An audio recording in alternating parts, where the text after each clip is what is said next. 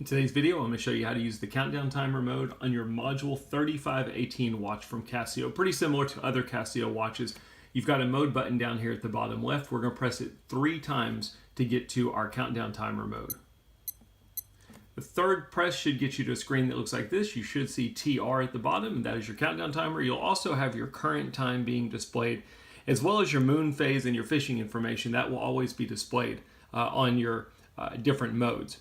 Now, 000 is the default that it comes from Casio. That's the max value, which is 24 hours. If I press the bottom right button, it will start my countdown timer, and you will see that my timer is running. It's kind of cool the way they did it, because you've got this graph here. This is showing you that your countdown timer is running. Your moon phase doesn't change, but this little circle basically will count down and go to totally blank whenever the timer is done. So the longer your timer, the longer this will run. You can leave your countdown timer running in the background and go to a different mode. So you'll notice I'm switching over and I'm going to a different mode.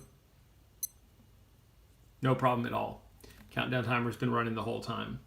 It will sound for 10 seconds whenever it's done. You do have an option to have it repeat automatically. What would happen then is it would sound for 10 seconds, but as soon as it's done, it would automatically repeat as well. If you press the bottom right button, that's your pause/stop.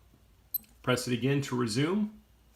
While it is stopped, just like with the stopwatch, if you press the top left, it will reset back to your default value, which mine is currently set to 24 hours.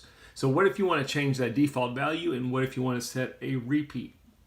While you're in this mode, we're going to press and hold the top left button. You'll see a blinking indicator, kind of like setting your time. You've got your hour value here. You could use either of the 2 buttons on the right-hand side to adjust your hour.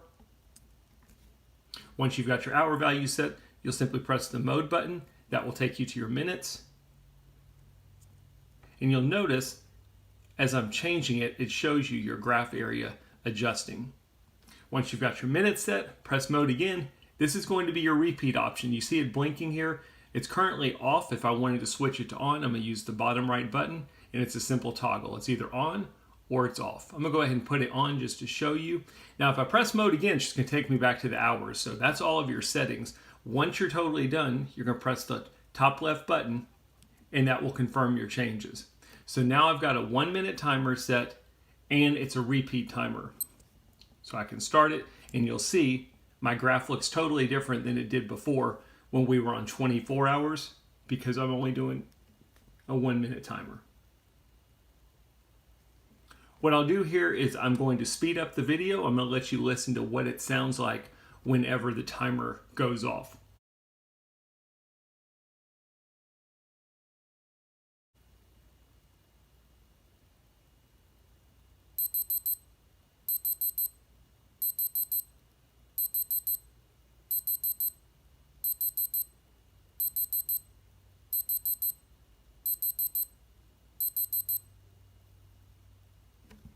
So again, that's what it sounds like. You'll notice that the timer started immediately when the prior one finished, because we have that repeat feature on. So it doesn't wait for the beeping to stop. It starts immediately.